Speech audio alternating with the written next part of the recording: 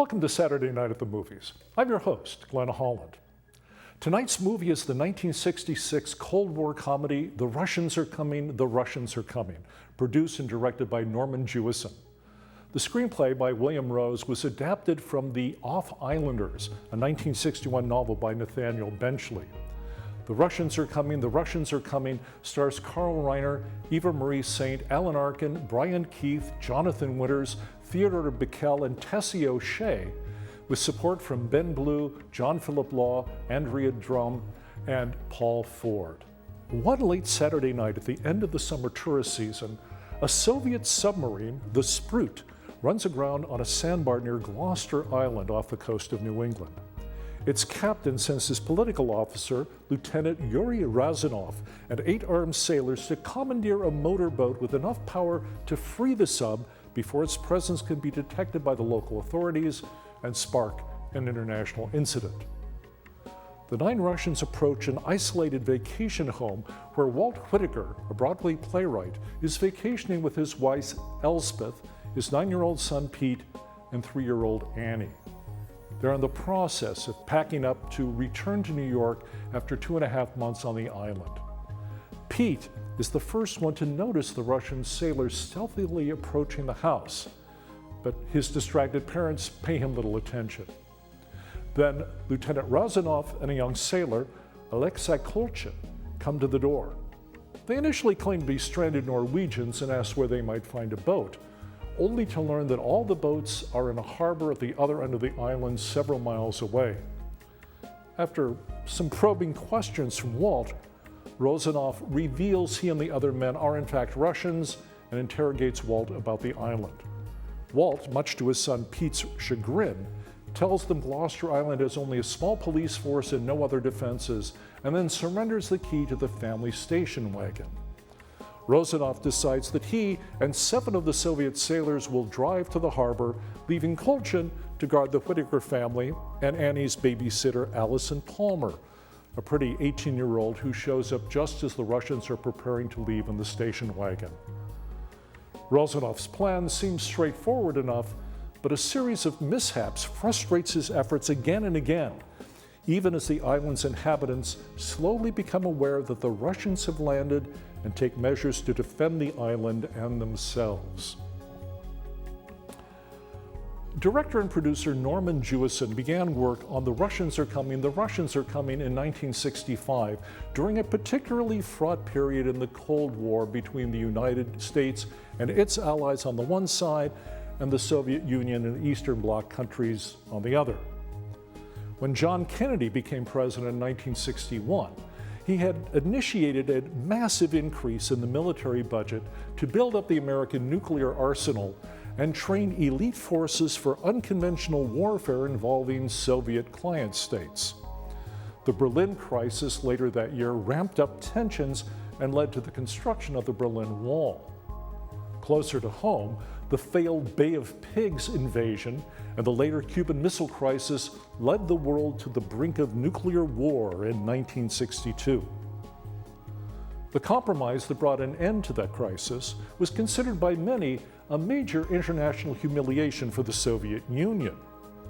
The ouster of Premier Nikita Khrushchev by his associates in the Kremlin in 1964 appeared to offer the possibility of a more stable, if still contentious, relationship between the Soviet Union and the United States.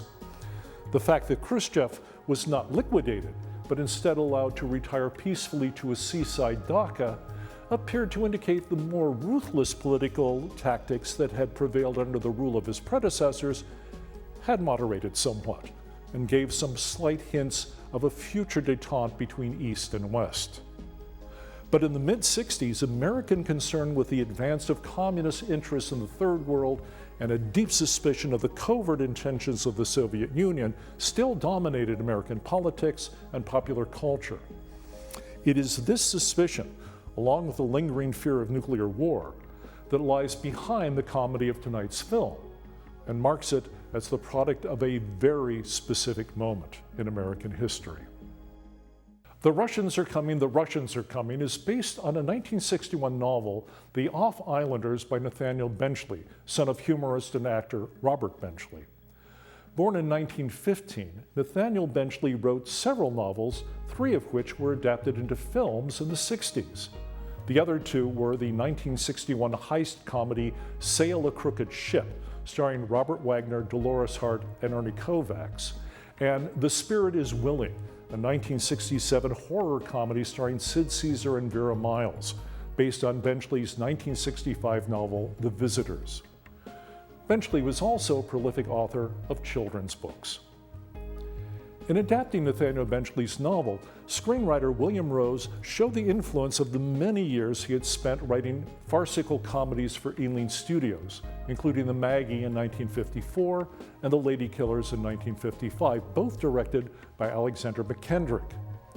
With his wife Tanya, Rose also wrote the 1963 all-star comedy It's a Mad, Mad, Mad, Mad World, directed by Stanley Kramer, another farce about ordinary people reacting to extraordinary circumstances. The year after The Russians Are Coming, Rose scripted Kramer's hit Guess Who's Coming to Dinner, starring Spencer Tracy, Katharine Hepburn, and Sidney Poitier, for which Rose won an Academy Award for Best Original Screenplay. Although the fictional Gloucester Island is situated off the coast of New England, the film was shot in Northern California, primarily in Mendocino and Fort Bragg, about 100 miles north of San Francisco. Local residents appeared as extras and were delighted to be included in the movie. Norman Jewison arranged to have each day's rushes shown at a local theater where the townspeople would go every night with their families to follow the film's progress. When The Russians Are Coming was released in May of 1966, it drew mixed reviews. In the New York Times, Robert Alden said the film was a rousingly funny and perceptive motion picture about a desperately unfunny world situation. The Cold War has owed us all a good laugh for a long, long time. Brendan Gill disagreed in The New Yorker. He wrote, "The heavy-handed producer and director of the picture, Norman Jewison, has permitted nearly every moment of it to become twice as brightly colored, twice as noisy, and twice as frantic as it needed to be. This is all the more a pity because the cast includes a number of excellent comic actors." Almost all reviewers praised the movie's cast, including Arthur D. Murphy in Variety, who otherwise disagreed with Gill. According to Murphy, director Jewison has made expert use of all types of comedy techniques, scripted and acted in excellent fashion by both pros and some talented newcomers to picks. Among those newcomers was Alan Arkin as Lieutenant Yuri Rozanov. Arkin was born in Brooklyn, New York in 1934, the grandson of Jewish immigrants from Ukraine, Russia, and Germany. He began acting at 10 and was a member of the Second City comedy troupe in the 60s. He had his breakthrough in 1963 when he appeared on Broadway playing the lead in Joseph Stein's comedy Enter Laughing, based on a semi-autobiographical novel by Carl Reiner. Arkin received a Tony for his performance. The next year, he appeared with Eli Wallach and Ann Jackson in Love, spelled L-U-V, under the direction of Mike Nichols. Arkin's combination of menace, gallantry, ingenuity, and frustration in his role as Rozanov won him a nomination for an Academy Award for Best Actor. Alan Arkin went on to play a range of roles, both serious and comedic, in movies, on stage, and on television. He won the Academy Award for Best Supporting Actor for his role in Little Miss Sunshine in 2006.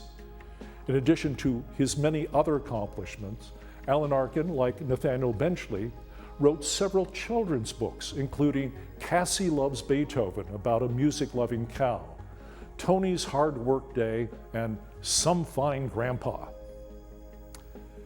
In 1974, Nathaniel Benchley's son Peter, following in his father's footsteps, wrote his own novel about an impending disaster on a small island off the coast of New England and the local authorities' bumbling attempts to address it.